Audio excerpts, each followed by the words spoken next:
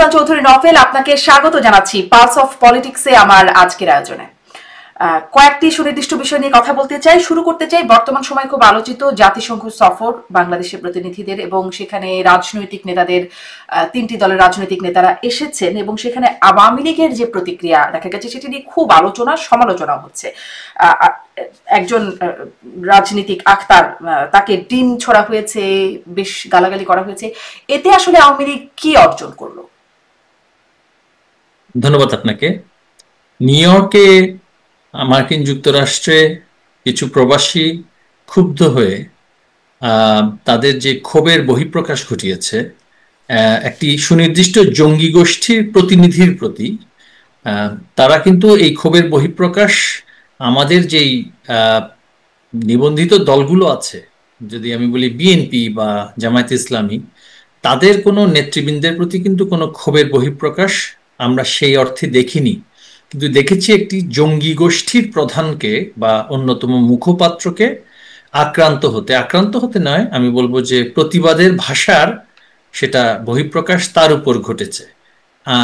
তারা যেখানে আমাদের সাবেক একজন বিচারপতি থেকে শুরু করে যারা আমাদের নেতৃবৃন্দ ছিল, আদালত প্রাঙ্গণ থেকে শুরু করে বাইরে ঘরে মুক্তিযোদ্ধাদেরকে যেভাবে অপমান করছে, আক্রমণ করছে, জুতোর মালা পরিয়ে দিচ্ছে, চর থাপ্পড় দিচ্ছে। সাবেক নির্বাচন কমিশনার, যিনি প্রধান নির্বাচন কমিশনার সাহেব ছিলেন, তাকে কিভাবে হেনস্থা করা হয়েছে।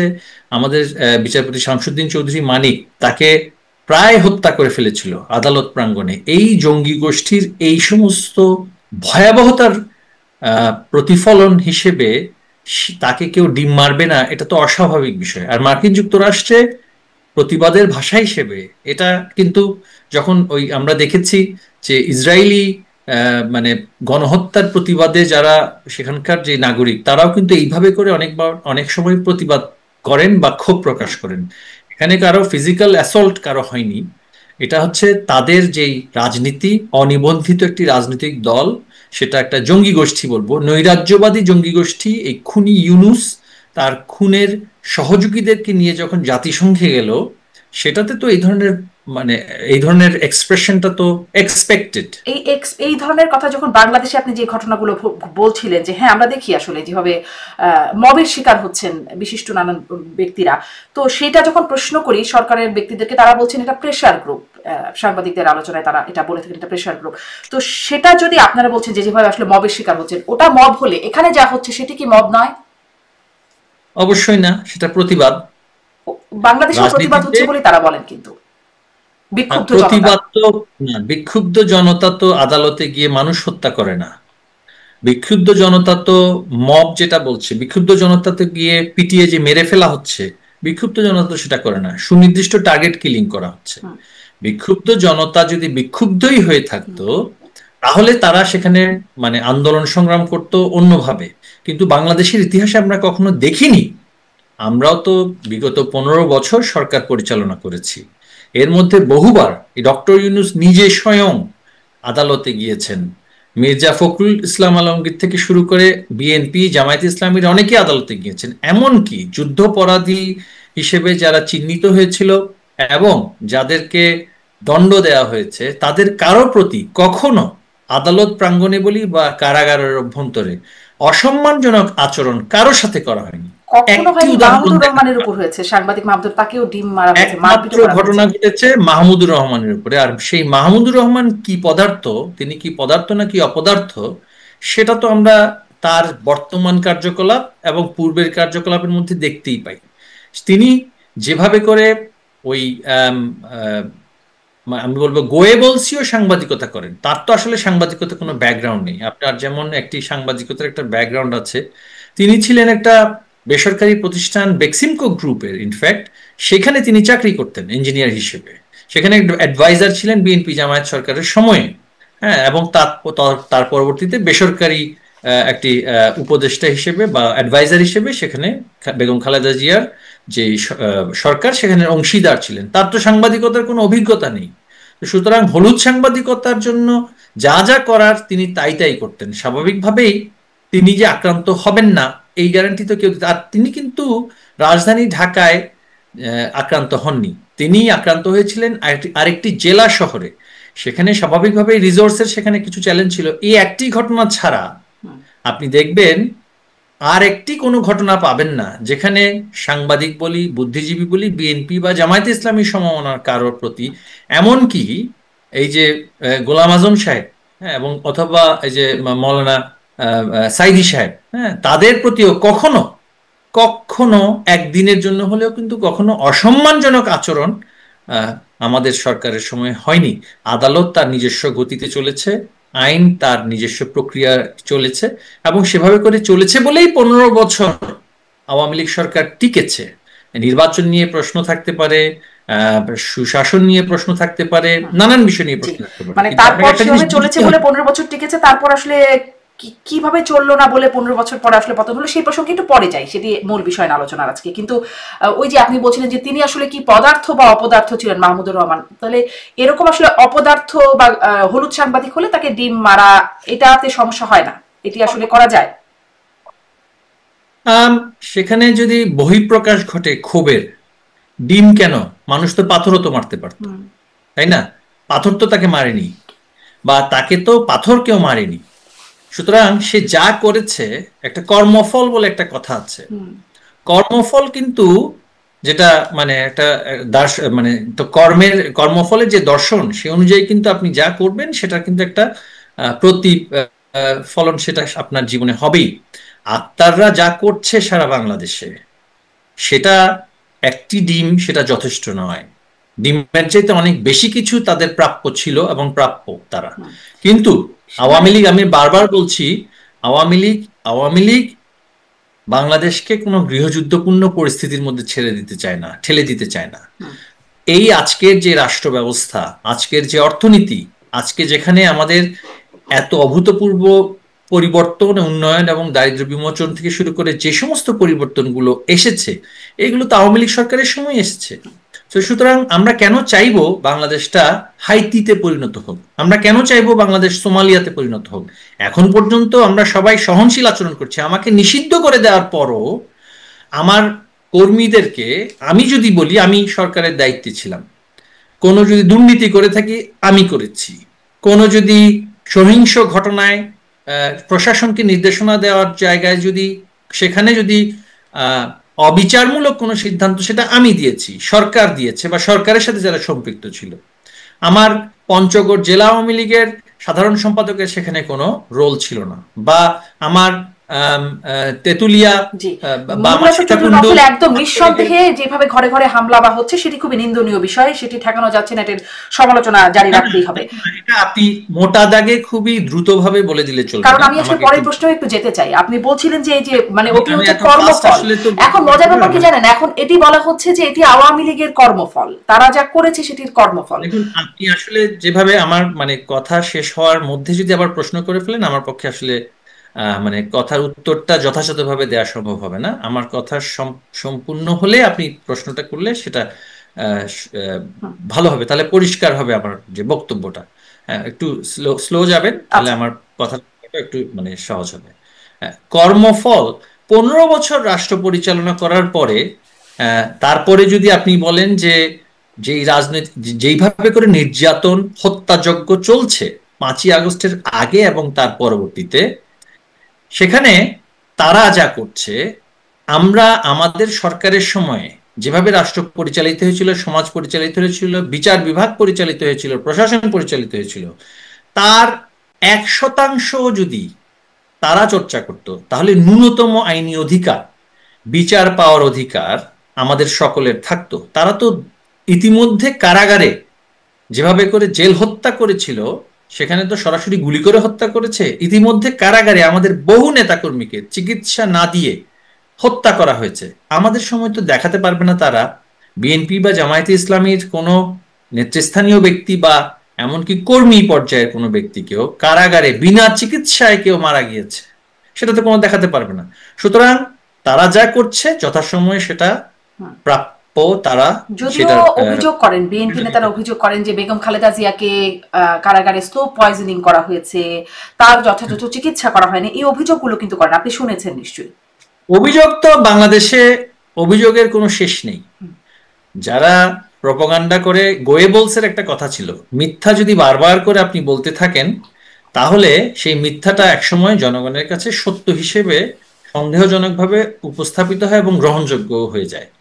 তাদের মিথ্যার বেসারতি এত বেশি, এত গভীর, তারা তো মুক্তিযুদ্ধের ইতিহাসটাকেই পরিবর্তন করে দিতে চায়। তারা তো 71-কে আর স্বাধীনতা বলছে না, 24-কে স্বাধীনতা বলছে, 47-কে স্বাধীনতা বলছে।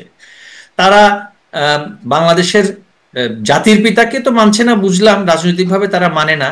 তারা তো তৎকালীন সময়ে যারা মুক্তিযুদ্ধের নেতৃত্ব দিয়েছিলেন, হ্যাঁ, আমাদের যে জাতীয় চার নেতা থেকে শুরু করে যারা সেক্টর কমান্ডাররাও ছিলেন, তাদেরকে তো তারা মানছে না। তারা তো চরম নৈরাজ্যবাদী। তো সুতরাং তারা কি করছে সেটা মুখ্য নয়। আমি এখন যেটা বলতে চাই সেটা হচ্ছে রাজনীতিতে অনেক প্রক্রিয়া থাকে। রাজনীতিতে অনেক প্রক্রিয়া থাকে। একটি বিষয় হচ্ছে, দেখুন, যখন আমরা যেখানে উন্নত রাজনীতির ন্যূনতম, যেখানে একটা উদাহরণ যদি আমি বলি, আমি প্রতিবেশী দেশগুলো যদি বলি, আমাদের আশেপাশের দেশগুলো, এবং আমরা যদি ইউরোপ আমেরিকার দেশের কথা বলি, সেখানে যারা রাজনীতি করেন, সরকারের যে নীতি, সেই নীতি যদি কোনো রাজনৈতিক দলের পছন্দ না হয় তাহলে সেই নীতির তারা সমালোচনা করেন, বিরোধিতা করেন। সেটা তারা সংসদে করতে পারেন বা সেটা তারা গণমাধ্যমে করেন। প্রাথমিক কার্যক্রমটা হচ্ছে বিরোধিতা করা বা সমালোচনাটা করা। আমাদের 15 বছরের সময় আপনি একজন সাংবাদিক ছিলেন, আপনি সেখানে টক শো পরিচালনা করতেন। সেখানে প্রত্যেকটা টক শোতে বিএনপির বা অন্যান্য রাজনৈতিক দলের প্রতিনিধিত্ব কি ছিল না? প্রতিটা টক শোতেই ছিল। এবং 36টি চ্যানেলে বাংলাদেশে প্রতিদিন আওয়ামী লীগ সরকারের বিরুদ্ধে প্রতিদিন সমালোচনা করার জন্য দ্বার উন্মুক্ত ছিল এবং প্রতিদিন করা হতো।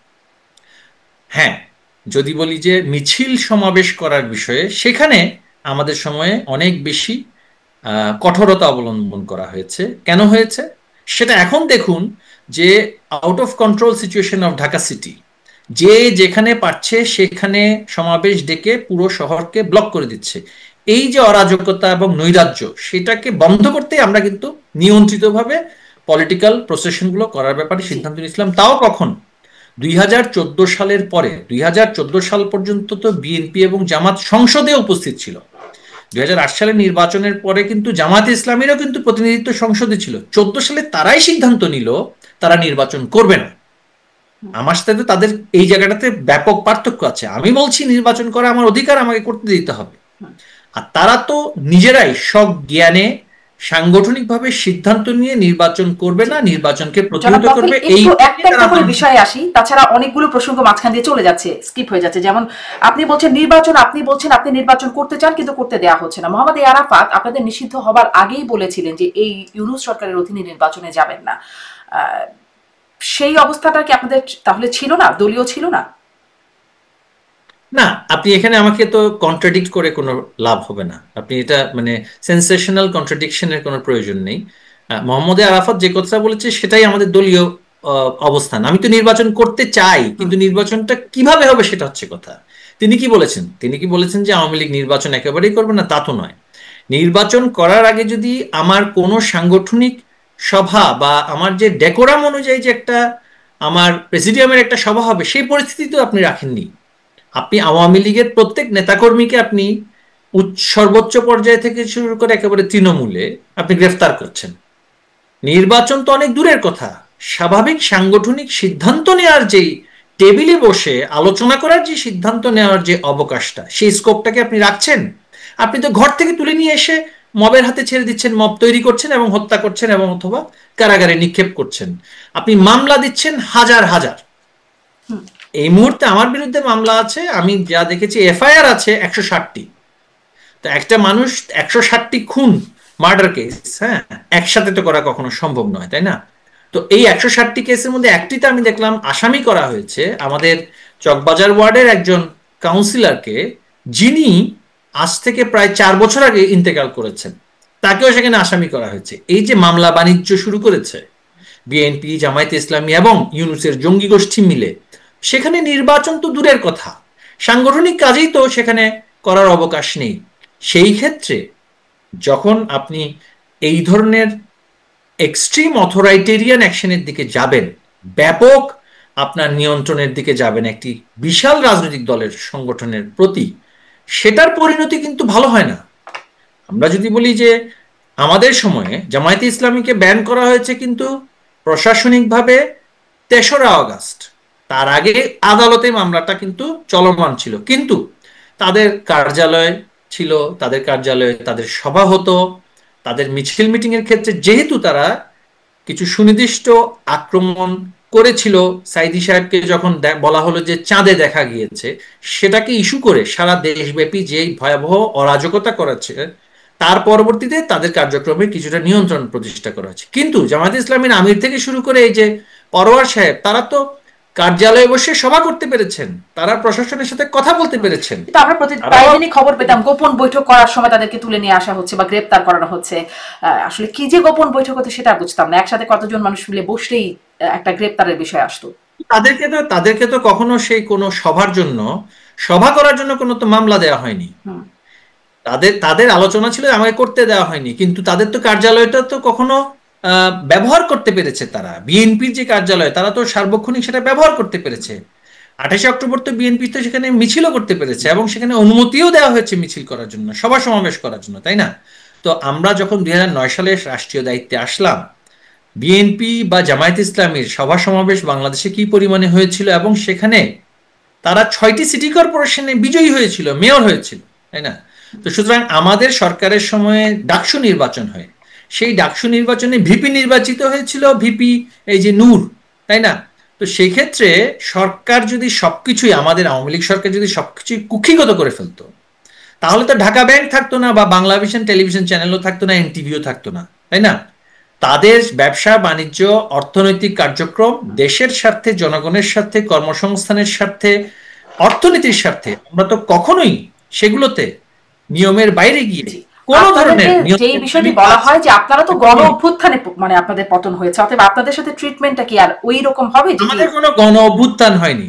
আমি মানে আপনার প্রশ্নটা আসলে আমার বক্তব্য শেষ করার পরে করলে তাহলে আমি আপনার প্রশ্নটা শুনতে পারবো, আপনি একটু আরেকবার বলুন। আমার আবার সময় সীমাবদ্ধ করে দিয়েছেন আপনি, যার কারণে একটু অনেকগুলো বিষয় অ্যাকোমোডেটও করতে হবে। তাহলে আমরা কম কথা বলবো, কিন্তু মানে যদি কথার উপর কথা হয় আমি শুনতে পাচ্ছি না, এই জন্য। আচ্ছা আচ্ছা, গণ অভ্যুত্থান হয়নি, তাহলে কি আপনার বক্তব্য কি? এটা তো গণ অভ্যুত্থান কিভাবে বলবেন আপনি? আপনি এটা দাঙ্গা সৃষ্টি করলেন, দাঙ্গার মাধ্যমে ঢাকা শহরে আপনি ব্যাপক জিহাদি গোষ্ঠীকে ঢোকালেন।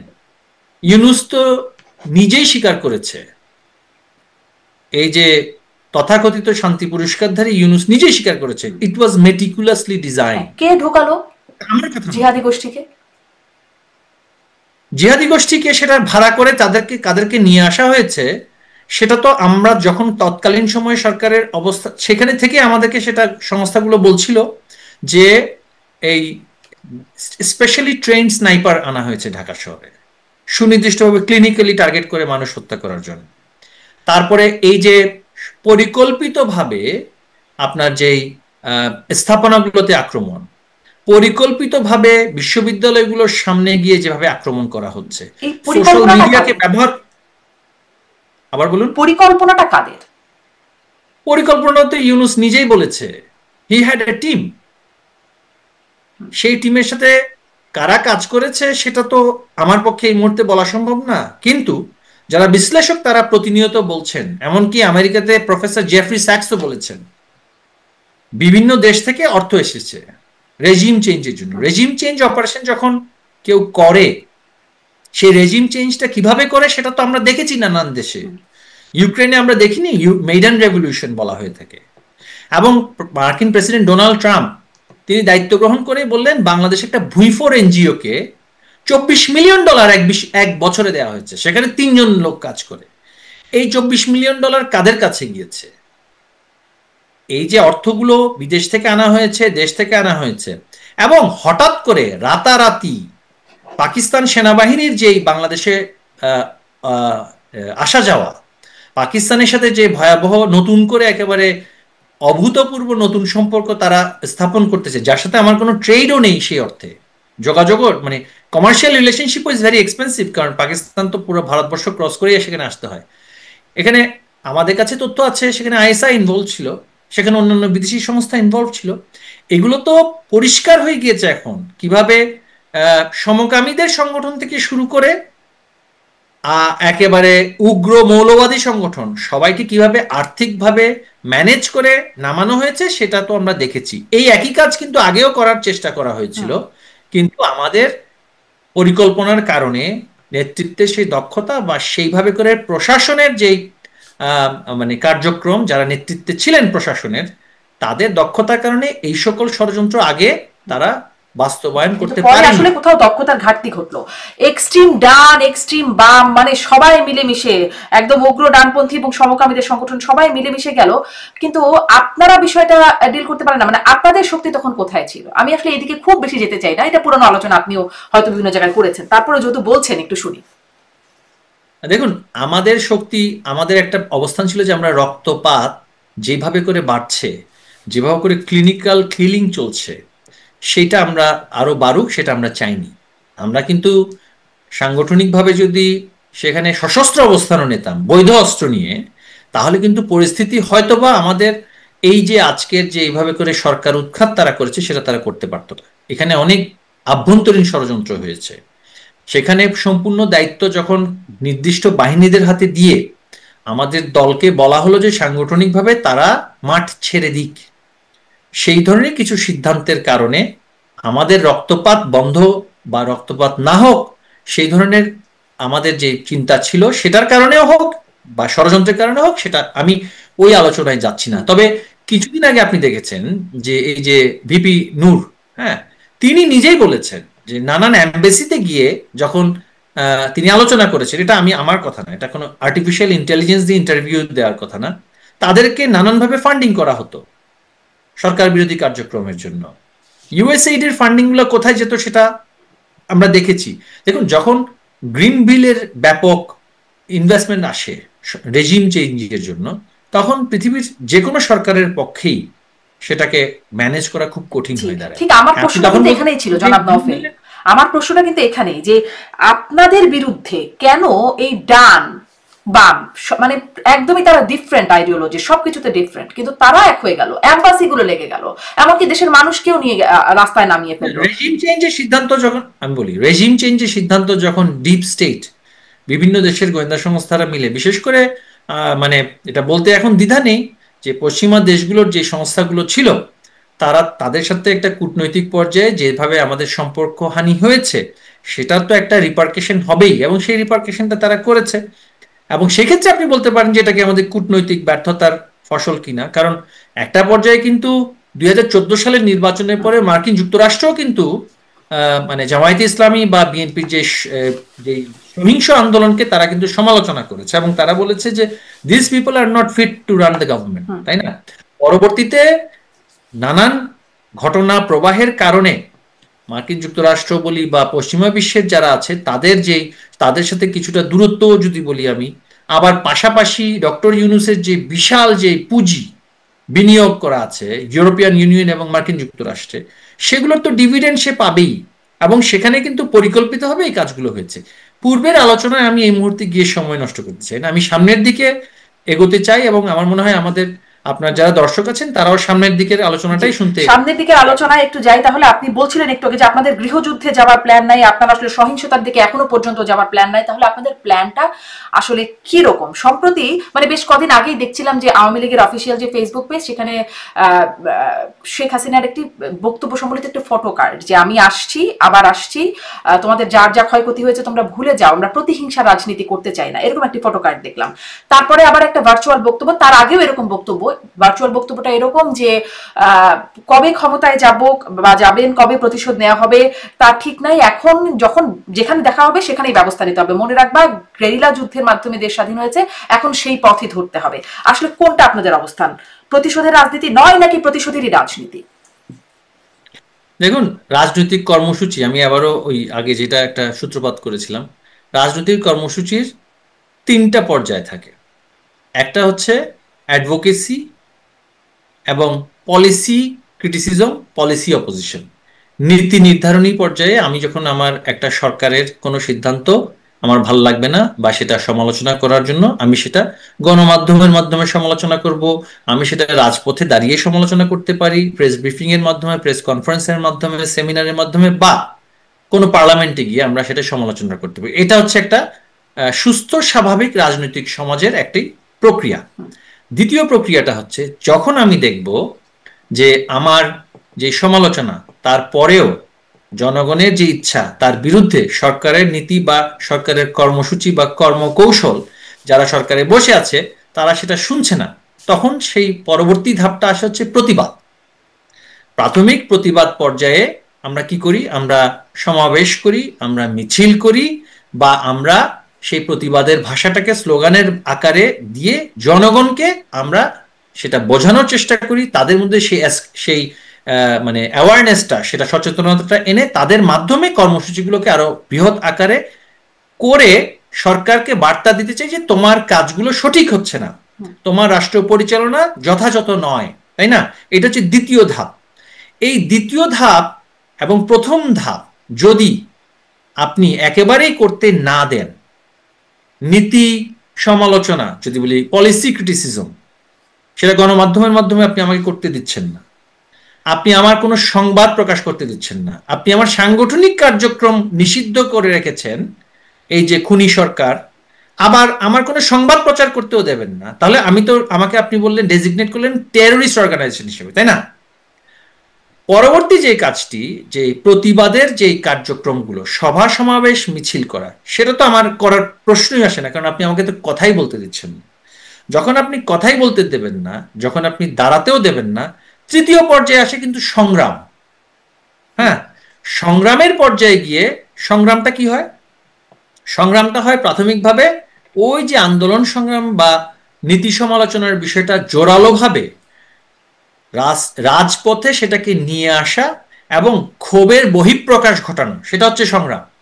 সেই সংগ্রামের মাধ্যমে সরকারের সিদ্ধান্ত পরিবর্তন বা আমার অবস্থান জানান দেয়া। এই সংগ্রামের পর্যায়ে গিয়ে যদি আমি সেখানে গিয়েও প্রাথমিকভাবে শান্তিপূর্ণভাবে সংগ্রাম করার যে কার্যক্রম সেটাও যদি আমি করতে না পারি, তখন স্বাভাবিকভাবেই যেটা হয়, পরবর্তী সেটা হচ্ছে point of no return. Point of no রিটার্নে কিন্তু আপনি প্রথম ধাপ, দ্বিতীয় ধাপ, তৃতীয় ধাপ যখন আপনি পুরোপুরি ডিনাই করবেন, তখন পয়েন্ট অফ নো রিটার্নে যাবে। এবং এই জঙ্গি গোষ্ঠীর চাওয়াটাও কিন্তু সেটা, যে তারা আমরা মিলে একটা পয়েন্ট অফ নো রিটার্নে বাংলাদেশ যাবে। কারণ এখানে একটা আরেকটি দুরভিসন্ধি আছে, আপনি যদি পরবর্তী প্রশ্নটা পরে করেন, আমি সেটা এখন বলতে চাই। সেটা হচ্ছে বাংলাদেশে প্রায় 400 থানা এরা লুট করে নিয়েছে। এই 400 থানাতে পুলিশের যেই মারণাস্ত্রগুলো ছিল, অস্ত্রগুলো ছিল, সেই অস্ত্রের সবগুলোই তারা লুট করেছে। স্বরাষ্ট্র উপদেষ্টা বর্তমানে যিনি আছেন, জাহাঙ্গীর সাহেব, তিনি বলছেন যে এর মধ্যে 30% এখনো উদ্ধার করা সম্ভব হয়নি। এই 30% কাদের হাতে? এই 30% এই বিএনপি, জামায়াত ইসলামী, এনসিপি এবং নানান ধরনের জঙ্গি গোষ্ঠীর হাতে চলে গিয়েছে।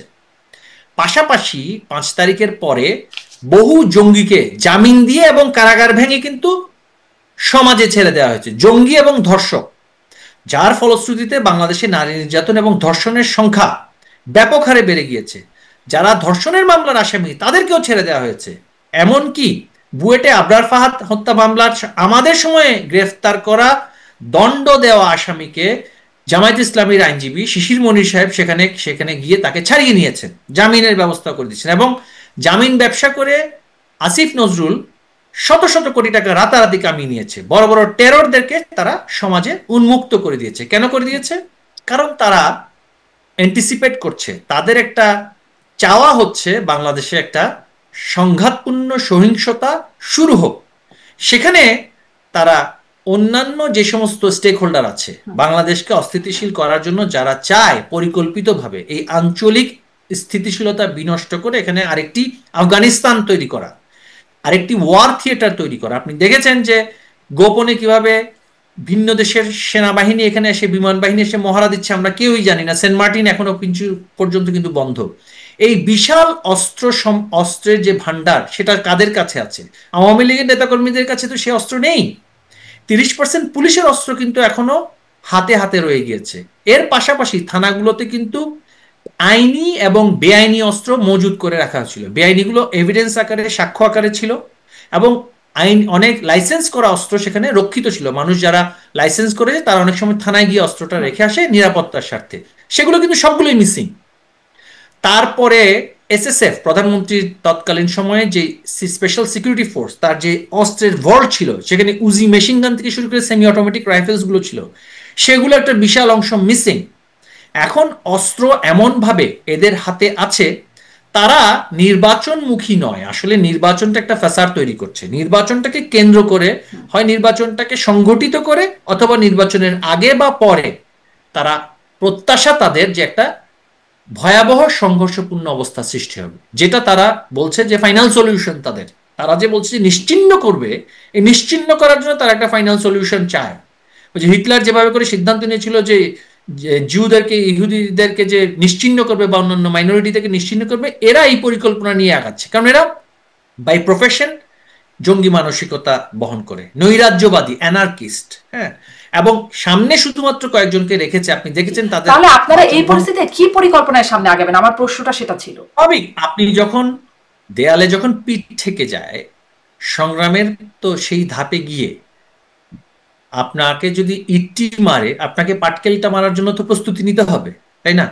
তো সুতরাং আমাদের একটাই সবচেয়ে বড় কনসার্নটা হচ্ছে আমার সাধারণ জনগণ, যাদের জন্য আমাদের এই আন্দোলন, যাদের জন্য আমাদের রাষ্ট্র পরিচালনা করার ইচ্ছা বা রাজনীতি।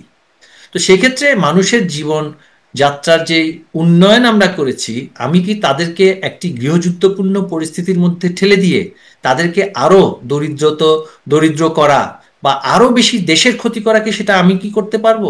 আমার কি করা সেটা কি সম্ভব হবে? সেটা হচ্ছে আমাদের একটা কনসিডারেশন।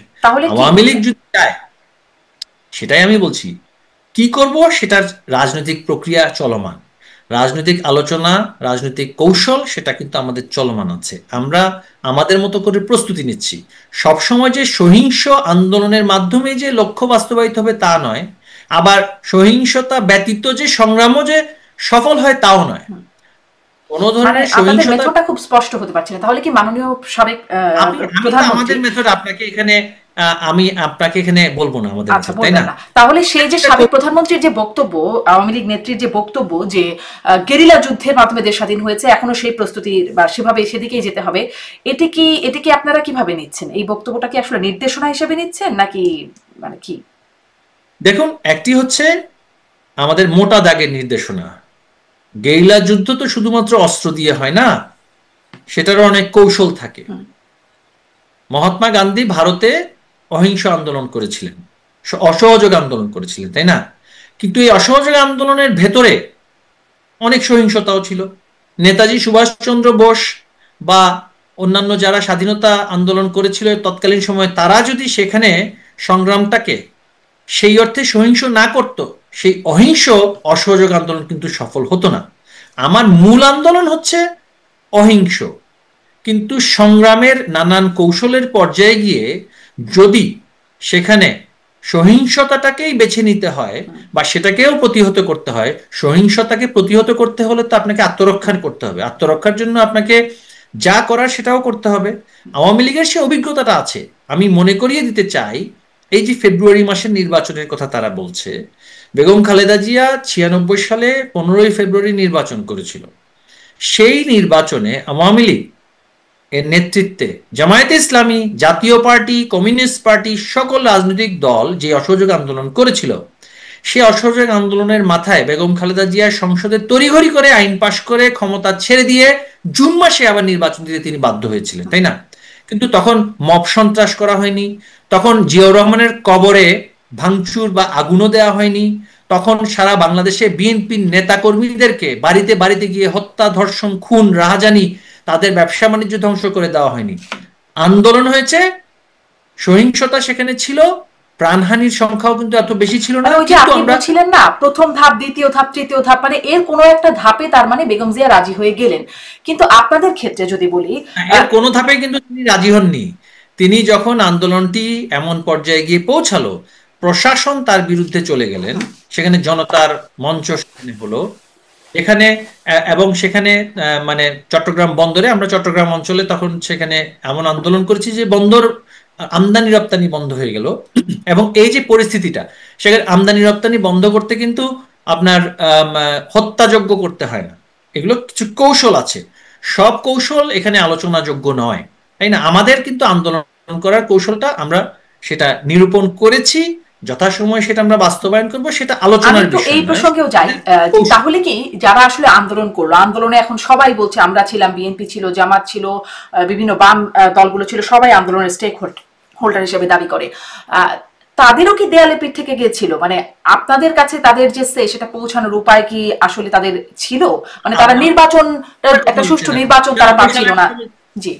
আপনি কি 96 সালের কথা বলছেন? না না, আমি বর্তমান পরিস্থিতির, মানে আপনার 5ই আগস্ট পূর্বে তাদেরও কি দেয়ালে, মানে আন্দোলনের যে আপনি 1 2 3 নাম্বার ধাপ বা 4 ধাপগুলোর কথা বলছিলেন, সেই ধাপগুলোতে যদি না যাওয়া যায় তাহলে যখন দেয়ালে পিঠ থেকে যায় বা তাদের পয়েন্ট তো অফ নো ডলার রিটার্ন। দেওয়া হয়েছে, হ্যাঁ। তাদেরকে তো দেওয়া হয়েছে ডলার ইনভেস্টমেন্ট, সেটা তো প্রকাশিত হয়েছে। কোথায় কত টাকা কাকে দেওয়া হয়েছে, কি পরিমাণ অর্থ বাংলাদেশে ঢোকানো হয়েছে রেজিম চেঞ্জ অপারেশনের জন্য, রেজিম চেঞ্জ অপারেশনের জন্য কত অর্থ এখানে বিনিয়োগ করা হয়েছে, সেটা কিন্তু ভিন্ন।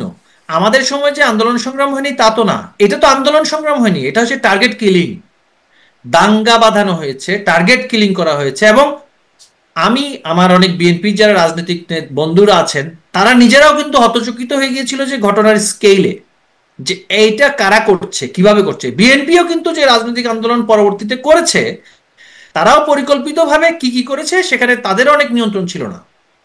এখন দেখা যাচ্ছে তারা ক্রেডিট নিচ্ছে বা পরিষ্কার সরাসরি বলছে, আমি রামপুরা টেলিভিশনে আগুন দিয়েছি, অর্থাৎ তারা সেটা করেছে।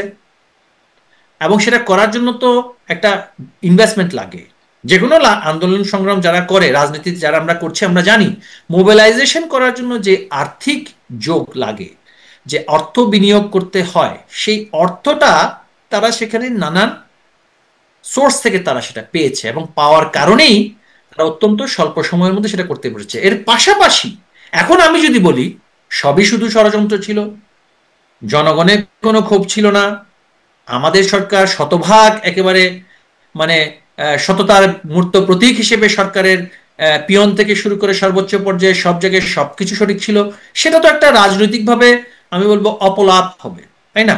প্রতিটা সরকারের বিরুদ্ধেই মানুষের ক্ষোভ থাকবে, এবং দুর্নীতির জায়গায় গিয়ে, বড় দুর্নীতি বা ছোট দুর্নীতি বলি, আওয়ামী লীগের নেতাকর্মীরাও তো দুর্নীতির শিকার হয়েছে, হয়েছে না? আমি সরকারে থেকে বসে রাজুকে আমাকে 50,000 টাকা ঘুষ দিতে হয়েছে আমার ফ্ল্যাটের, সিম্পল, আমি ফ্ল্যাট নিয়েছি, সেই ফ্ল্যাট আইডিএলসি থেকে আমি তৎকালীন সময় আমি লোন নিয়ে ফ্ল্যাট কিনলাম, আমাকে সেখানে মিউটেশন করতে আমি সরকারের উপমন্ত্রী থাকা অবস্থায় 50,000 টাকা ঘুষ দিতে হয়েছে, এবং আমাকে সেখান থেকে বলা হয়েছে যে মন্ত্রী হিসেবে আমি কম পেয়েছি, এটার রেট নাকি 2 লক্ষ টাকা। তো তারপরেও আমার আপনারা কোনো একজন ব্যবস্থা নিলেন না? মানে মন্ত্রী হিসেবে আপনার তো একটা গ্রিপ ছিল।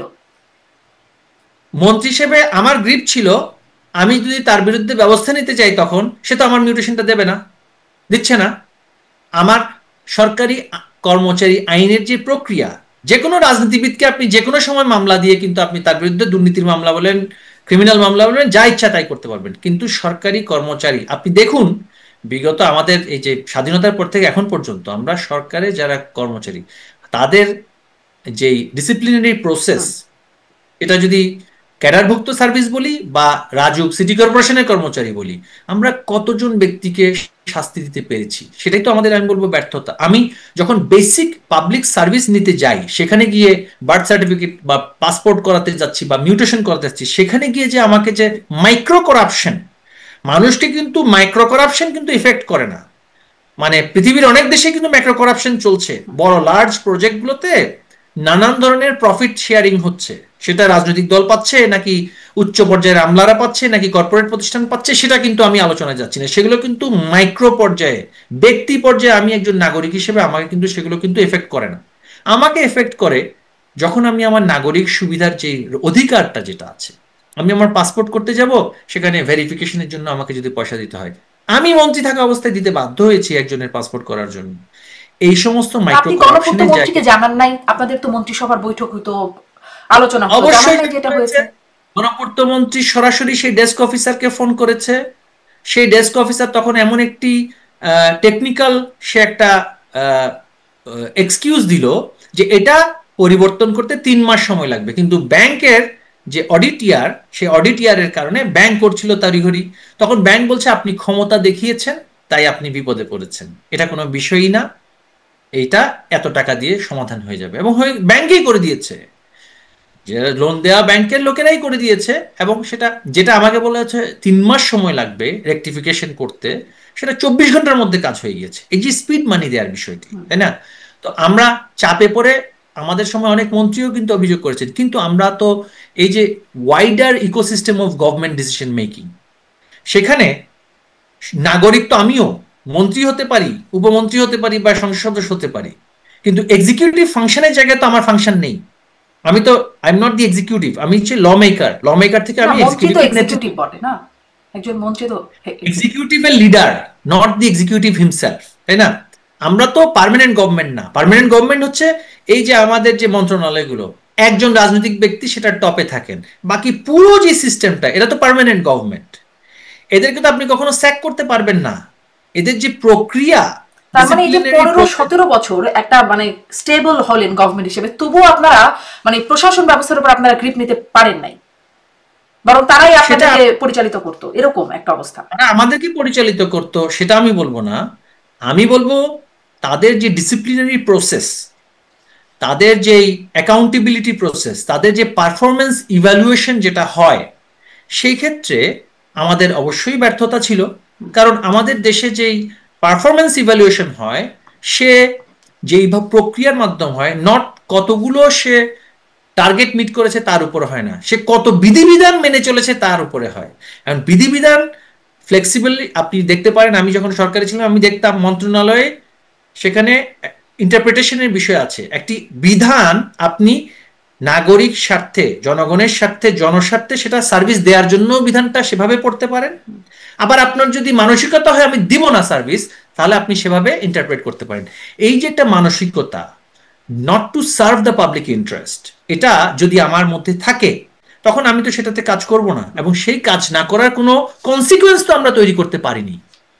সেটা আমি বলবো আমাদের অন্যতম যে মাইক্রো লেভেলে রেগুলার গভর্নমেন্ট এমপ্লয়ি যারা, এবং এই কারণেই তো এই যে ব্যক্তি যারা আন্দোলন করলো, একটা বিশাল তরুণ সমাজকে এই যে ক্যারটটা, সেটাই তো তারা দেখালো যে কোনো রকমে যদি সরকারের একটা কেরানি হওয়া যায়, তাহলে তো তুমিও এই বিশাল কেকের ভাগ পাবে, তাই না?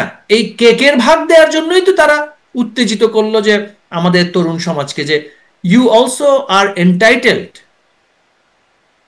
Part of this cake, corruption cake and unaccountability cake. এখন এরা কিন্তু সরকারে বসে একই কাজই করছে। এরা সরকারে বসার পরে এরা নিয়োগ শুরু করে দিয়েছে কোনো ধরনের যোগ্যতা যাচাইবিহীন ভাবে। এরা বসে, এরা যেহেতু এদেরকে যেহেতু তার মানে প্রশাসন কি ভয় পাচ্ছে, সামারিটা এরকম জনাব নওফেল, যে আসলে এই প্রশাসনের কাছে বা সরকারের এই ভেতরে যারা আসলে ভেতরের মানুষ বা পর্যালোচনার কাছে, তাদের কাছে যারা সরকারে যাচ্ছেন, ক্ষমতায় যাচ্ছেন, তারা অসহায়? আমি বলবো আমাদের দেশের রাজনৈতিক দলগুলোর মধ্যে মতানৈক্য, এবং সেখানে আমাদের যেহেতু কনসেনসাস ড্রিভেন পলিটিক্স না, হ্যাঁ, এবং সেখানে আমরা একে অপরকে নিশ্চিহ্ন করার যে মানসিকতাটা রাখি, এর ফাঁকে প্রশাসনকে জনমুখী করার জন্য, জনস্বার্থে পরিচালনা করার জন্য যে ধরনের ডিসিপ্লিনারি প্রসেস আমাদের নেওয়া দরকার, সেখানে আমাদের কেউই সেভাবে করে মনোযোগ দিচ্ছেন না, দেননি, আগামীতে দেবেন কিনা আমি স্পষ্ট। মানে পলিটিক্যাল অপোনেন্টের সাথে ডিল করতে করতে আসলে এখানে মনোযোগ দেওয়াটা কম হয়ে যায়, তাই মনে হলো। আমি একটু এখানে আসি যে সম্প্রতি, কিন্তু সত্য, জি সম্প্রতি একটু ডাকসু একদম ছোট ছোট করে কয়েকটা পয়েন্টে যদি আপনার কাছে আসি, যে সম্প্রতি যে শিক্ষাঙ্গনগুলোতে দেখলাম, আপনি শিক্ষামন্ত্রী ছিলেন, অতএব এই প্রশ্নটা হয়তো রেলিভেন্ট হবে আপনার কাছে। জাকসু নির্বাচন হলো সামনে, আরো শিক্ষা মানে বিশ্ববিদ্যালয় নির্বাচন পেন্ডিং আছে, সেখানে শিবিরের জয় জয়কার, অথচ আওয়ামী লীগ শাসন আমলের সময় একদম শিবির রাজনীতি, প্রকাশ্য রাজনীতিও তারা করতে পারতো না, বরং শিবির দেখলে মারাও একরকম জায়েজ ছিল, একটা অবস্থা এরকম দাঁড়িয়ে গেছিল, সেখানে শিবিরের এমন জয় জয়কার। এর পেছনে কি কারণ? মানে এত মুক্তিযুদ্ধ কর্নার বা বঙ্গবন্ধু কর্নার করলেন আপনারা, তার কি কোনো মানে সত্যিকারের ইম্প্যাক্ট আপনারা পেয়েছেন? দেখুন, এই যে কর্নার করা বা এই যে কিছু সুপারফিশিয়াল, আমি বলবো যে সিম্বলিক রিপ্রেজেন্টেশন, হ্যাঁ, মানে সিম্বলিকলি দর্শনকে প্রতিষ্ঠা করা যায় না। দর্শনের বিষয়টা, চেতনার বিষয়টা ধারণ করতে হয়। হ্যাঁ, সেই ক্ষেত্রে যতই আপনি কর্নার করেন বা যতই আপনি সেমিনার করেন, অনেক বিষয়ে সেই প্রশ্নে তরুণ সমাজ কিন্তু তাদের যে পেশা, তাদের যে ফিউচার, তাদের যে ভবিষ্যৎ, চাকরি বাকরি বা শিক্ষা জীবন শেষ করা, সেটাকে কিন্তু সবচেয়ে বেশি প্রাধান্য দেয়। আপনি রাজনৈতিক দর্শন বা রাজনৈতিক যে আদর্শ সেটা ধারণ করতে পারেন, কিন্তু তারা, যারা বিশেষ করে শিক্ষার্থী, তাদের মধ্যে কিছু প্রাইমারি কনসিডারেশন কাজ করে যে আমি এখানে শিক্ষা জীবন সম্পন্ন করতে এসেছি। শিক্ষা জীবন সম্পন্ন করার জন্য নিরাপদে আমি কিভাবে ক্যাম্পাস যথাসময়ে শেষ করে বেরিয়ে যাব, সেটা আমার কাছে সবচেয়ে বেশি মুখ্য বিষয়। শিক্ষার্থীদের মধ্যে দুটো জিনিস কাজ করেছে বলে আমি ব্যক্তিগতভাবে মনে করি। তারা একটা বিষয় চিন্তা করেছে, নিরাপত্তার কথা। যে জামায়াতে ইসলামীর যে ছাত্র সংগঠন, ছাত্র শিবিরের যেই সাংগঠনিক কার্যক্রম অতীতে আমরা দেখেছি, বর্তমানে আমরা প্রায় সময় দেখি, সেখানে কিন্তু তাদের মধ্যে দুটো অংশ থাকে। একটা থাকে অত্যন্ত মার্জিত, সভ্য, সুশীল, চমৎকারভাবে কথা বলে মানুষকে বুঝিয়ে একটা প্রতিনিধিত্বমূলক একটা মানে ইমেজ তারা সামনে আনে। এর পাশাপাশি ভীতির যে একটা বিষয়টা, এটা ঐতিহাসিকভাবে তারা কিন্তু পরিকল্পিতভাবে, সুনির্দিষ্টভাবে টার্গেট কিলিং এ কিন্তু খুবই সিদ্ধহস্ত। তো একটা বিষয় হচ্ছে যে যেই সংগঠনটি ক্যাম্পাসে প্রশাসনের সাথে মিলে এমন একটা সাংগঠনিকভাবে শক্তিশালী অবস্থান তৈরি করেছে, তাদের সাথে যদি আমি থাকি, তাহলে আমি শিক্ষা জীবনটা নিরাপদে সম্পন্ন করে আমি বেরিয়ে যেতে পারবো। এই কারণে কি সবাই আগে ছাত্রলীগে যোগ দিত, এমনকি শিবিরও গুপ্ত রাজনীতি করতো, এই কারণেই কি হতে পারে? কিন্তু ছাত্রলীগের বিষয়টা আর এখানের বিষয়টা কিছুটা ভিন্নতা আছে। আমি কেন বলছি, ছাত্র শিবিরের যেই ফান্ডিং প্রসেস, তাদের যেই স্ট্রাকচারাল প্রসেস, সেটা এবং তাদের যে গুপ্ত রাজনীতি করার যেই পূর্ব অভিজ্ঞতা বা নিকট অতীতের অভিজ্ঞতা, সেটা কিন্তু ছাত্রলীগের সেই অর্থে কখনো ছিল না। ছাত্রলীগের মধ্যে অনেক ধরনের মত পথের কিন্তু একটা ব্যাপার ছিল, এটা ওপেন টু এভরিবডি। সেটা জামায়াতের ইসলামের কোন নেতার সন্তানও যদি বলে যে আমি এখন বঙ্গবন্ধুর আদর্শে বিশ্বাস করি, ছাত্রলীগের স্লোগান দিব, তার জন্য কিন্তু রাস্তাটা কিন্তু ওপেন থাকে। এটা এটা হচ্ছে যেগুলো আমাদের, আমি বলেছি, মাল্টি ক্লাস পার্টির যেটা নেচার। বিএনপিরও সেম বিষয়, হ্যাঁ। কিন্তু শিবিরে যে বিষয়টি, তাদের মধ্যে যেই তাদের যে আদর্শিক যে প্রক্রিয়াটা, সেটার বিষয়ে শতভাগ তারা নিশ্চিত না হওয়া পর্যন্ত তাদের যে প্রক্রিয়া, প্রথমে সাথী হতে হবে, তারপরে সদস্য হতে হবে, তারপরে তাদের নেতৃত্বে আসতে হবে। কিন্তু এবারে তো দেখলাম শিবিরের প্যানেলে একদম ধর্ম মানে অন্য ধর্মের মানুষ আছে, নারীবাদী যারা আসলে সেরকম দেখে মনে হয় না, তাদের যে একটা কৌশল তার মধ্যে নাই। আমি বলছি এইবার এসে তারা কিছু কনসেশন দিয়েছে। কনসেশন মানে তারাও তো চাইবে তাদেরকে লিবারেল হিসেবে পরিচিত করতে, তারাও তো চাইবে মেইন স্ট্রিমিং করতে। গুপ্ত রাজনীতিতে তো বেশি দিন থাকা যায় না। সিরিয়ার যে বর্তমান প্রেসিডেন্ট আছে, মোহাম্মদ আল সারা, সেটা আল কায়দার একজন সদস্য ছিলেন। আল কায়দার সদস্য হতে মার্কিন যুক্তরাষ্ট্রের কাছে অ্যারেস্টেড হলেন। পরে মার্কিন যুক্তরাষ্ট্রের সাথে সম্পর্ক ভালো করার জন্য তো এখন তো একেবারে ইসরায়েলের পক্ষেও তিনি কথা বলছেন, তাই না? রাজনীতিতে শেষ কথা বলতে কিছু নেই। রাজনৈতিক কৌশলের ক্ষেত্রে আমি বলবো শিবির তার যেই পাবলিক ইমেজ, সেটা তারা পরিবর্তন করেছে। আপনি যাদের বয়স এখন 40 ঊর্ধ্ব, যারা শিবিরকে চেনেছে, শিবিরকে দেখেছে, সেই শিবিরকে দেখেছে, তাদের মধ্যে শিবিরের জনপ্রিয়তা, যারা কখনো শিবিরকে দেখেনি, শিবিরের অতীত ইতিহাস দেখেনি, তারা তো সেটা জানবে না শিবির কি করেছে। আমরা যারা তাহলে আপনারা যে মানে মুক্তিযুদ্ধ কর্নার করা, বঙ্গবন্ধু কর্নার করা বা সেমিনার, জি, এই বিষয়গুলো কি আপনারা আসলে বোঝাতে পারেন নাই? আমি আপনার কথাটা শুনিনি, আসলে আমার কথাটা শেষ হওয়ার পরে যদি আপনি বলেন, তাহলে আমি আপনার কথাটা শুনতে পারবো। জি, তাহলে একটু সংক্ষেপে করি, আমরা তাহলে আর দু একটা জিনিস ইনকর্পোরেট করে শেষ করতে পারবো। আমি আসলে এত এক্সাইটেড টক শোতে I am not very comfortable. আপনি আমাকে একটু সময়ের সীমাবদ্ধতা দিয়েছিলেন যে অল্প সময়ের মধ্যে শেষ করতে। জি বলুন। ওটার কোশ্চেন বেশি আমি বলতে পারবো না, মানে আই ডু নট লাইক, আমি আপনাকে আগেও বলেছি, I am not into this very over excited sensationalist. আচ্ছা, আপনি শেষ করুন, আপনার বক্তব্যটা শেষ করুন। জি, একটু ছোট করে। ঠিক আছে। তো এখন বিষয়টা হচ্ছে যে ছাত্র শিবিরের সহিংসতা আমরা দেখেছি। 6 মার্ডার, 8 মার্ডার, ব্রাশ ফায়ার করে হত্যা করার সেই যে কার্যকলাপ আমরা দেখেছি আমাদের বয়সী যারা। আমরা দেখেছি রাজশাহী বিশ্ববিদ্যালয়ে কিভাবে কতজনকে রকেটে দিয়েছে। আমরা দেখেছি ছাত্র শিবির কি করেছে। সুতরাং আমাদের বয়সী যারা, তারা ছাত্র শিবিরকে খুব ভালো করে চেনে। আর আজকের যে ছাত্র শিবিরের যে ইমেজটা তারা মেকি ইমেজ তৈরি করছে, একটি 19, 20, 21 বছর বয়সের একটা শিক্ষার্থী ঢাকা বিশ্ববিদ্যালয়ের, তার কাছে তো সেই ইতিহাসটা নেই, তার কাছে তো সেই তথ্যটা নেই, তার কাছে তো সেই অভিজ্ঞতাটা নেই। তো স্বাভাবিকভাবেই সে বিভ্রান্ত হবে সে তাদের প্রতি ইমপ্রেসড হবে, সেটাই তো স্বাভাবিক। এবং সেখানেই তো তাদের আমি বলবো যে একটা বড় ক্রেডিট, যে তারা তাদের পূর্বের যে সহিংসতা, তাদের যে ভয়াবহতা, সেগুলোকে গোপনে রেখে সাধারণ শিক্ষার্থীদেরকে একটা বার্তা দিতে পেরেছে, আমি এই শিবির না, আমি নতুন শিবির। ওই শিবির ওই ছিল, এইটা নতুন শিবির। এই যে একটা অবস্থান তারা কনভিন্স করতে পেরেছে, এই কারণে কিন্তু এটা আপনি আমি তাহলে মনে সেই করি ক্রেডিটটা তাদেরকে দিচ্ছেন। অবশ্যই দিতে তো হবে সেটাই। জি এবং সেখানে তো আবার পাশাপাশি আরেকটি কথা বলতে চাই সর্বশেষ এই বিষয়ে, সেখানে তো ব্যাপক কারচুপির অভিযোগ এনেছে, আমরা শুধু আনিনি, সেখানে ব্যাপক কারচুপি হয়েছে। ছাত্রদল সেখানে দেখাচ্ছে নীলক্ষেতে গিয়ে ব্যালটও প্রিন্ট করা হয়েছে। আবার সেখানে এটাও বলতে হবে যে ছাত্রলীগকে তো আপনি নিষিদ্ধ করে, শুধু ছাত্রলীগ নয়, ছাত্রলীগের সাথে সমমনা যে সমস্ত রাজনৈতিক ছাত্র সংগঠনগুলো ছিল সেগুলোকে তো আপনি নিষিদ্ধ করে দিয়েছেন, তাই না? জি জি। তারপরেও আসলে বিপুল একটা মানে কি বলে যে নজির দেখছিলাম ভোট পড়ার হার, সেখানে একটা ব্যাপক ভোট পড়েছে। এখন ঠিক মনে নাই কত শতাংশ, ৭৮% সম্ভবত যা মনে পড়ছে ভোট পড়েছে। এটিও একটা দেখার বিষয়। আমি ওই প্যানেলের শিবির প্যানেলের যে মুক্তিযুদ্ধ বিষয়ক সম্পাদক হয়েছেন, সেটাও শিবির প্যানেল থেকে একটা মেয়ে নির্বাচিত হয়েছেন, জুমা নামে। তার সাথে আমার কথা হচ্ছিল এই প্যানেলে।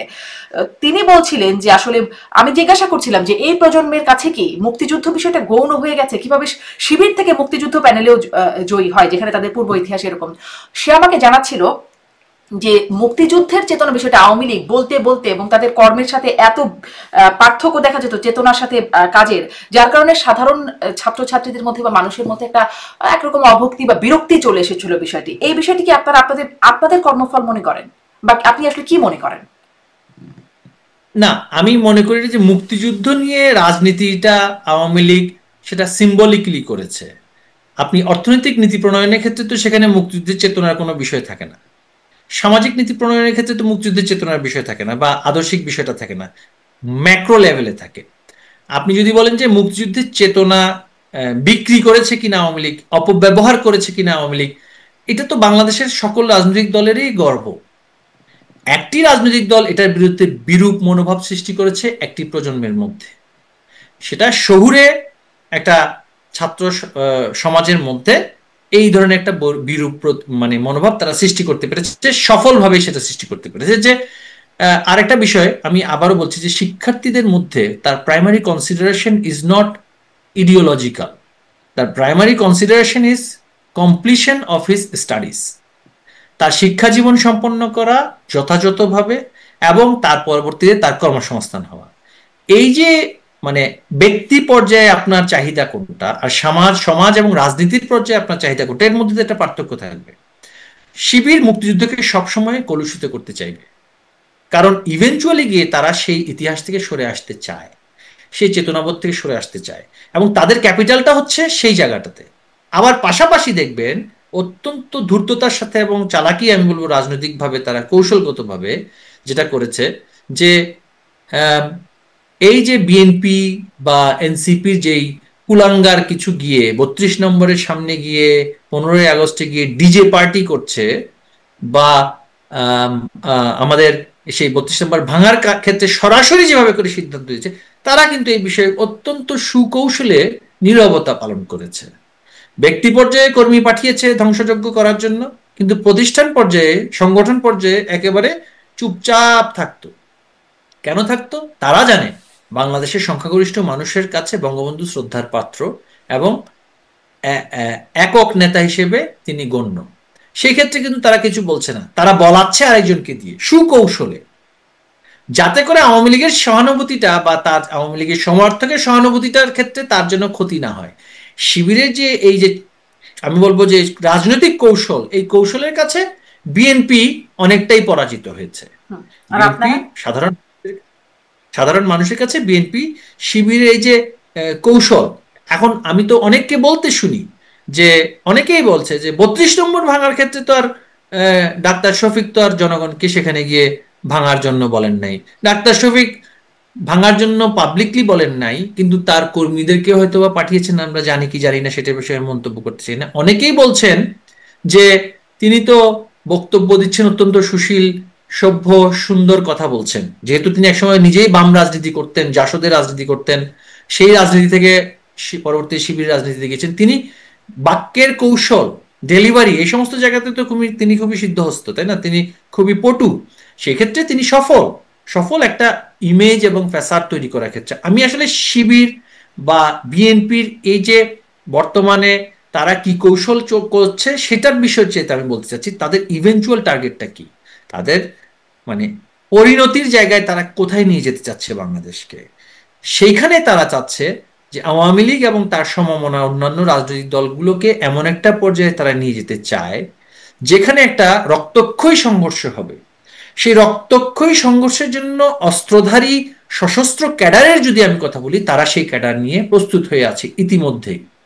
আমাদের কাছে তথ্য আছে, সুনির্দিষ্ট তথ্য আছে, তারা রোহিঙ্গা ক্যাম্প থেকে অস্ত্র কিনেছে, আরাকান আর্মি থেকে অস্ত্র কিনেছে, পুলিশের অস্ত্র নিয়েছে। তারা একটা গৃহযুদ্ধপূর্ণ পরিস্থিতির জন্য সম্পূর্ণভাবে প্রস্তুত নিয়েছে। আপনি যে বলছিলেন আপনাদেরও অহিংস কৌশল আছে এবং দরকার হলে সহিংসতার জায়গায় সেখানেও আপনাদের প্রস্তুতির জায়গায়, একটু আগে যখন বলছিলেন মানে গান্ধীর আমাদের কৌশল নিয়ে আমি এখানে বিস্তারিত আলোচনা বলতে চান না, কিন্তু আপনারা আসলে তাদের কাছে এই যে অস্ত্র আছে আপনাদের কাছে কিভাবে আসবে? যদি আপনারা সেদিকে যেতে চান আপনাদের কাছে কিভাবে আসবে বা আছে নাকি? আমরা তো আমাদের যারা আমাদেরকে যারা সহিংসভাবে নিশ্চিহ্ন করতে চায়, সশস্ত্রভাবে আমাদেরকে নিশ্চিহ্ন করতে চায়, তারা অস্ত্রের যোগান, অস্ত্রের প্রশিক্ষণ, সহিংস সশস্ত্র আন্দোলনের যে মানে প্রতিহত করা আমাদেরকে যে প্রক্রিয়াটাতে তারা যাচ্ছে ধীরে ধীরে, সেই তথ্য তো আমাদের নিতে হবে। আমাদের কাছে যথাযথ অনেক সোর্স আছে, দেশে তো আমাদের সকলেই বিদ্যমান আছে, এবং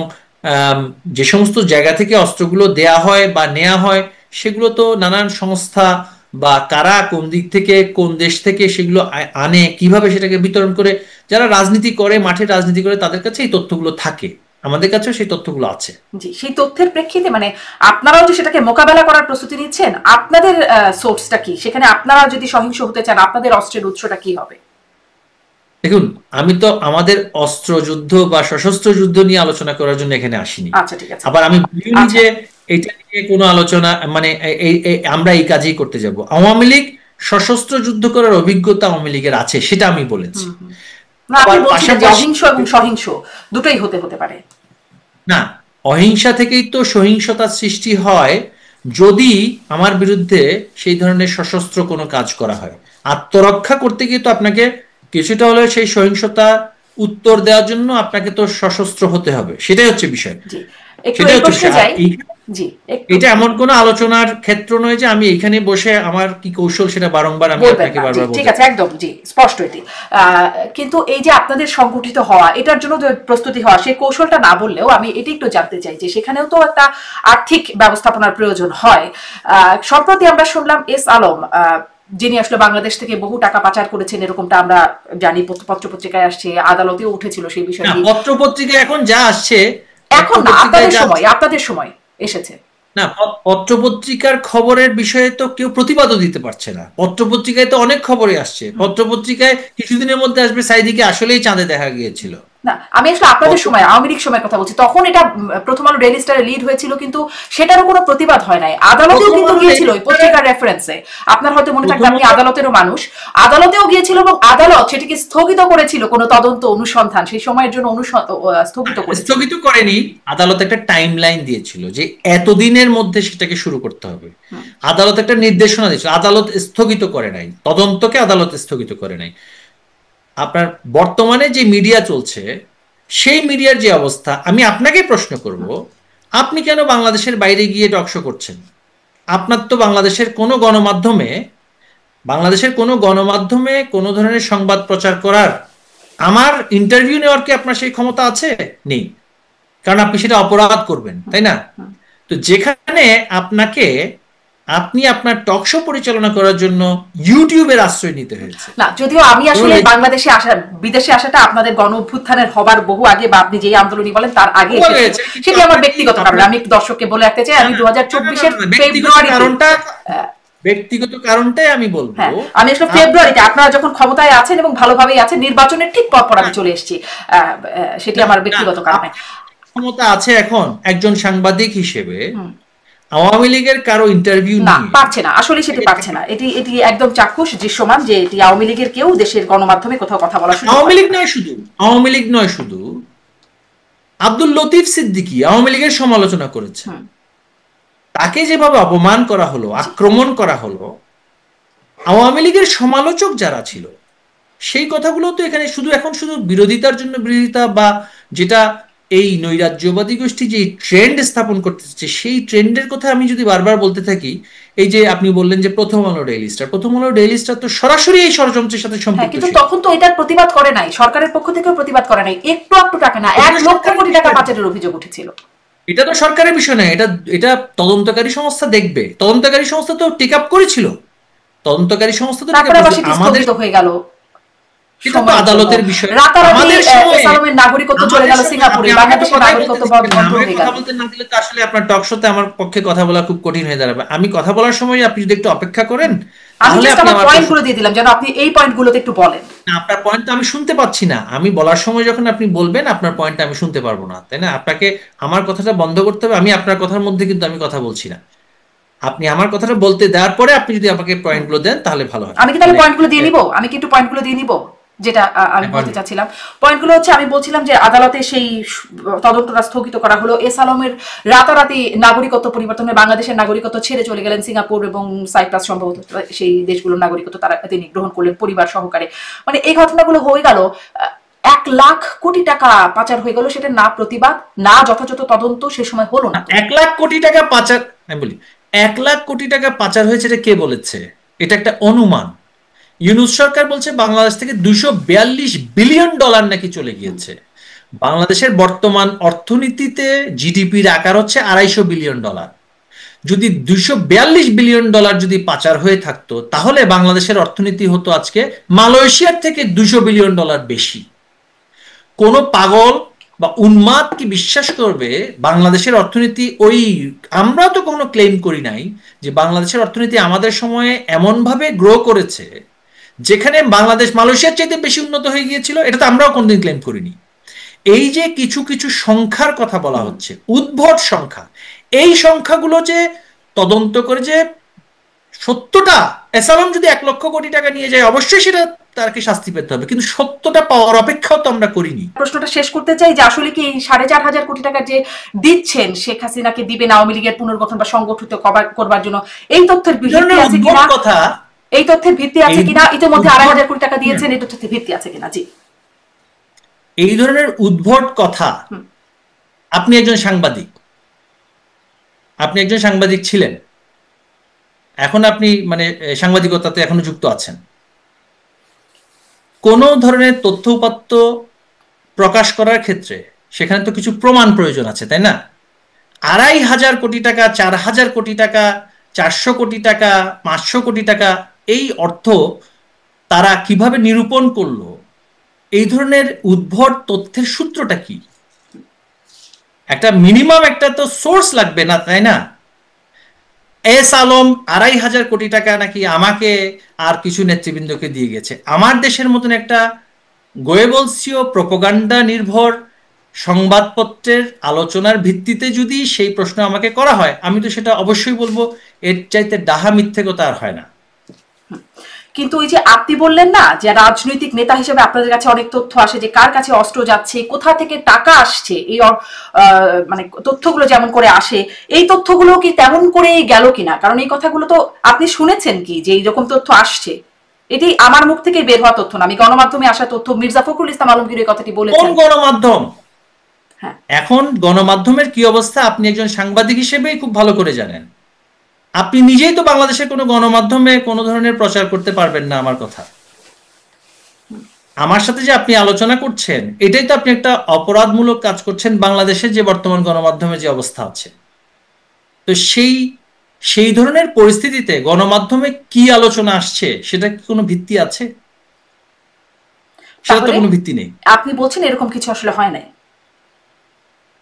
এগুলো তো খুব মুখের কথা, আচ্ছা, এগুলো তো হচ্ছে মুখের কথা। 2,500 কোটি টাকা কোনো মানুষ কি পৃথিবীতে আহ, যে কোনো ধরনের ব্যবসায়ী যদি আমি বলি 2,500 কোটি টাকা কি সে চাইলেই কি দিয়ে দিতে পারে?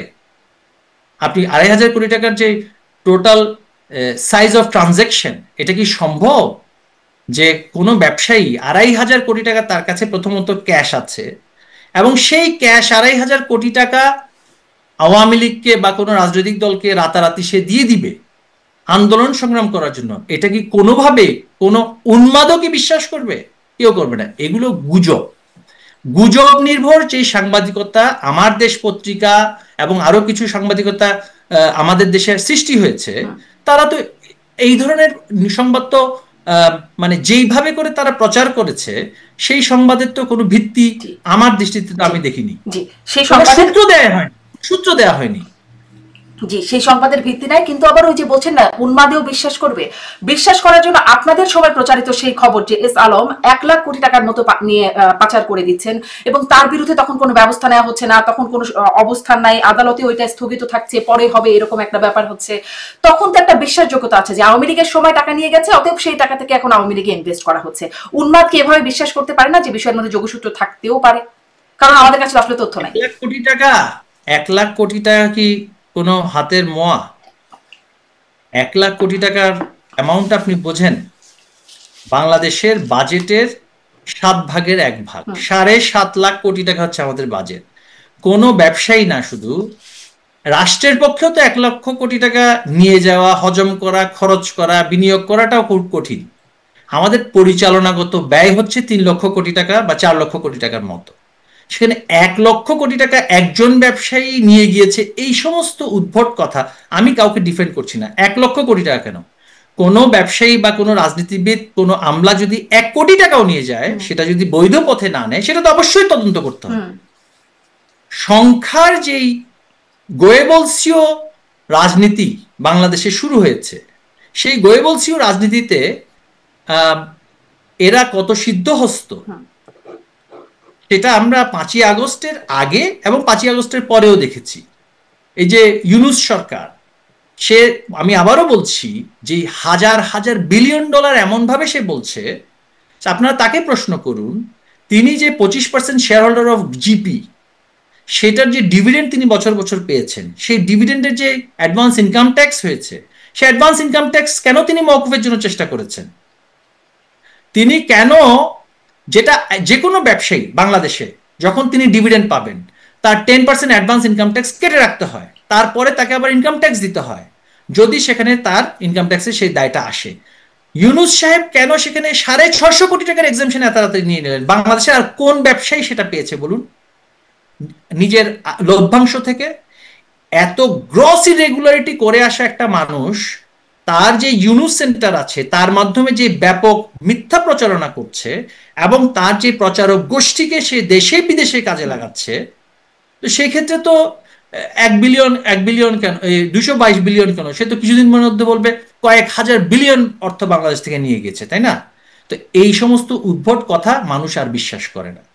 মানুষ কিন্তু বিশ্বাস করে না যখন আসলে ব্যাংকে গিয়ে দেখে, যে ব্যাংকে গিয়ে যখন দেখে টাকা তুলতে পারছে না, তার গচ্ছিত অর্থগুলো তুলতে পারে না, ঋণ খেলাপির পরিমাণ এত বেশি। আমাদের সরকারের সময় কোন ব্যাংক বন্ধ হয়েছে বলুন আপনি? কোন ব্যাংক তার গ্রাহকদেরকে অর্থ দিতে পারেনি? কোন ব্যাংক তার কর্মচারীদেরকে বেতন দিতে পারেনি আমাদের সরকার যতদিন ছিল? ফার্মার্স ব্যাংকে সেখানে লিকুইডিটি ক্রাঞ্চিং হয়েছে, ফার্মার্স ব্যাংকে। কিন্তু যে সমস্ত ব্যাংকগুলো নিয়ে আমাদের আলোচনা হয়েছে, বাংলাদেশের কোন ব্যাংকে লিকুইডিটি ক্রাইসিস হয়েছে আপনি দেখান।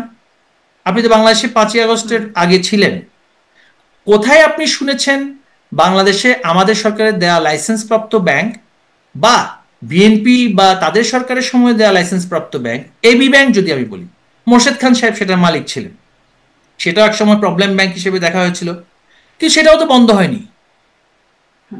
মেঘনা ব্যাংক বলি, এই যে আপনার এখানে যিনি শো করতে আসেন প্রায় সময়, যে আমাদের যে রাশেক রহমান সাহেব, তারা তো মেঘনা ব্যাংকের উদ্যোক্তা। মেঘনা ব্যাংকের উদ্যোক্তা, তার বাবা মেঘনা ব্যাংকের উদ্যোক্তা, তিনি মেঘনা ব্যাংকের বোধহয় পরিচালক।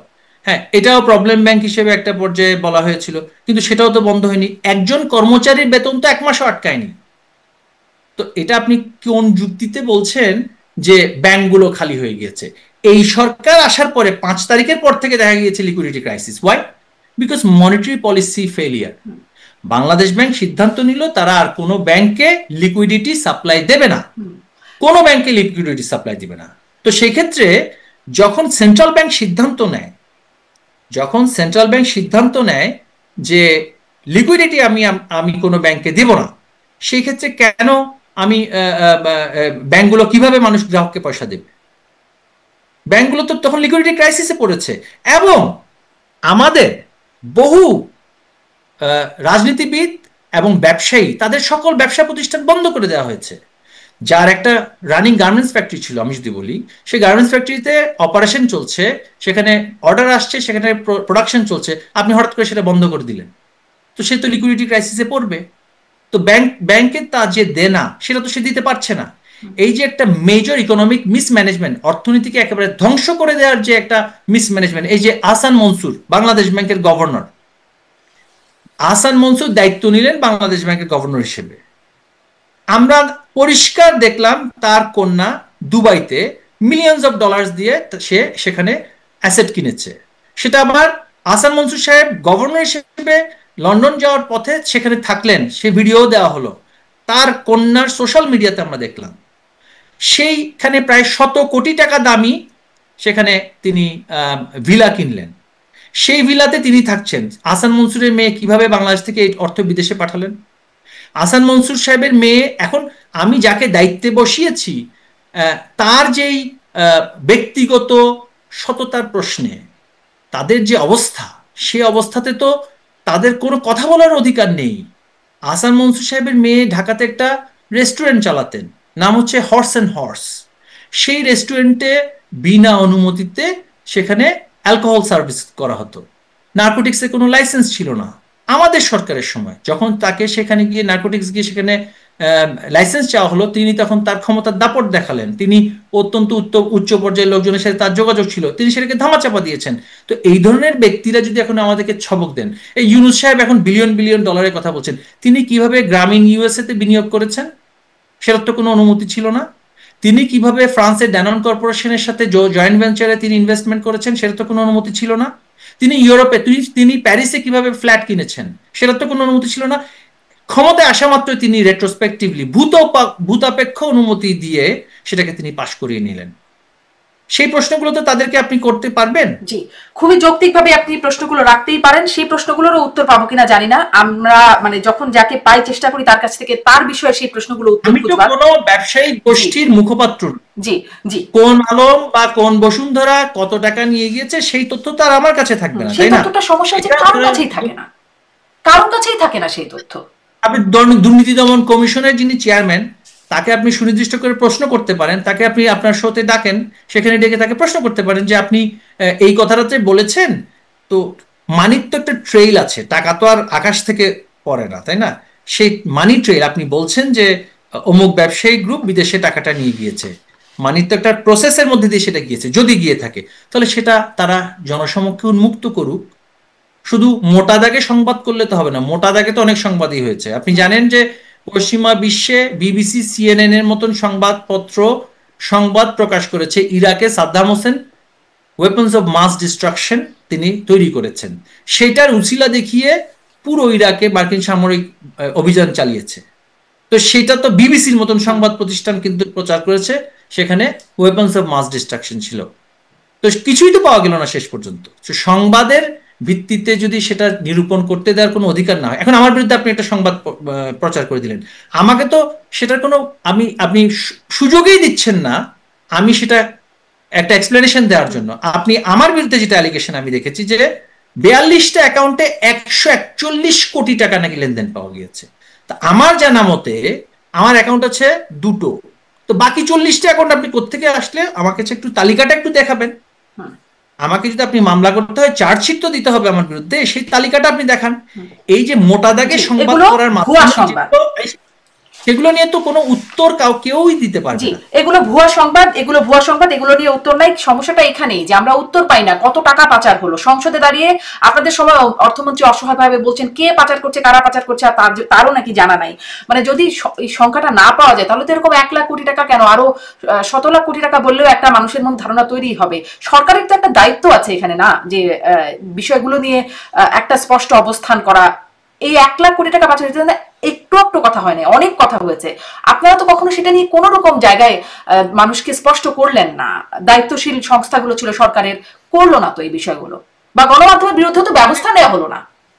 না, তাহলে ধরে নিতে হবে আদৌ কি 1 লাখ কোটি টাকা পাচার হয়েছে কিনা। বাংলাদেশ থেকে টাকা পাচার হওয়া, বাংলাদেশে আবার টাকা বিনিয়োগ হওয়া, এটা একটা অনগোয়িং প্রসেস। হুম। এটাও আলোচনা আছে যে এই যেই ব্যবসায়ী গ্রুপের বিষয়ে আলোচনা বলা হচ্ছে, তারা কিন্তু আবার চাইনিজ একটা কোম্পানি সেপকোর মাধ্যমে এসএস পাওয়ার প্ল্যান্ট নামক একটি বিদ্যুৎ কেন্দ্র স্থাপন করেছে, প্রায় 1500 মেগাওয়াটের। এবং সেখানে আবার অফিসিয়ালি প্রায় $1 বিলিয়ন মতন সেখানে বিনিয়োগ এসছে। তো এখন যদি বলা হয়ে থাকে সেই বিনিয়োগটা তো কাগজে কলমে এসছে, তাই না? সেটা তো বাংলাদেশে ব্যাংকের মাধ্যমে ফরেন কারেন্সি আপনার যে হার্ড ফরেন কারেন্সি, সেটা বাংলাদেশে বিনিয়োগ হিসেবে ঢুকেছে। সেই বিনিয়োগ যদি আমাদের বাংলাদেশে এসে থাকে, সেই বিনিয়োগের আগে যদি সে কোনো টাকা কোনভাবে কিভাবে নিয়েছে সেটাও তো আমাকে দেখাতে হবে। একদিক থেকে সে দেখাচ্ছে সে সেপকোর মাধ্যমে পাওয়ার প্ল্যান্টে বিনিয়োগ এনেছে এবং নিজের বিনিয়োগও করেছে, আর একদিক থেকে পত্রিকাতে সংবাদ আসছে সে অর্থ নিয়ে গিয়েছে। একটা হচ্ছে এভিডেন্স আকারে সে দেখাচ্ছে যে there is a tangible power plant 1500 মেগাওয়াটের। সেই ট্যাঞ্জিবল পাওয়ার প্ল্যান্টে সেপকো এবং এসালম গ্রুপ মিলে এত $1 মিলিয়ন বা $1 বিলিয়ন সেখানে বিনিয়োগ করেছে। It is fact, it's a fact.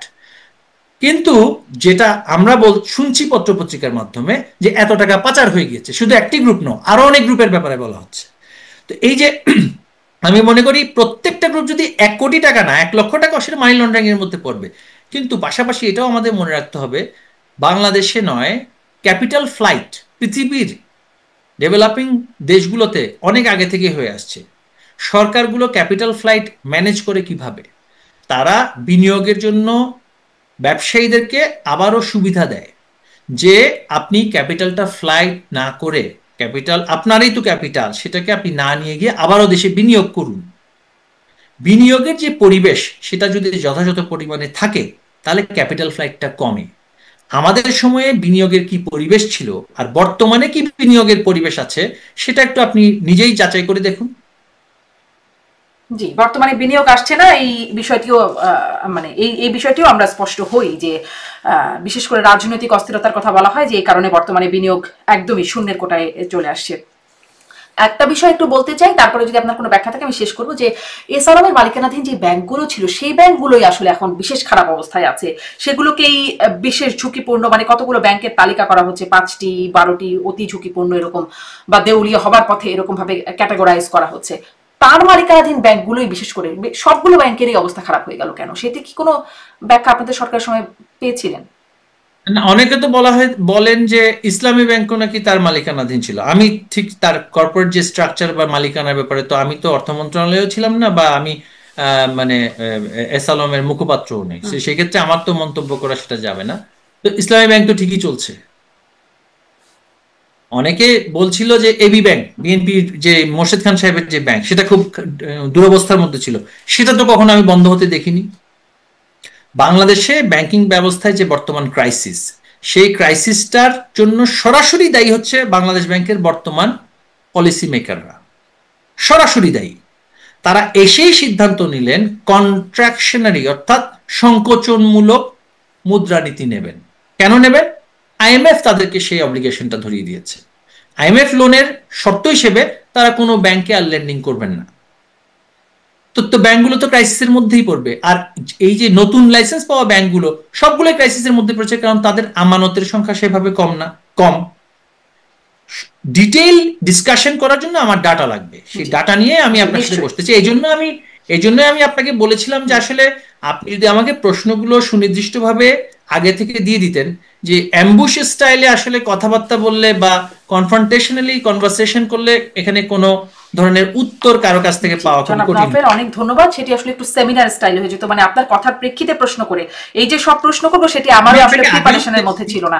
আমি আপনাকে আগেও বলেছি যে কনফ্রন্টেশনাল টক শো, আমরা টক শো অনেক দেখেছি, বাট কনফ্রন্টেশনাল টক শো করে তো কোনো উত্তর আসবে না।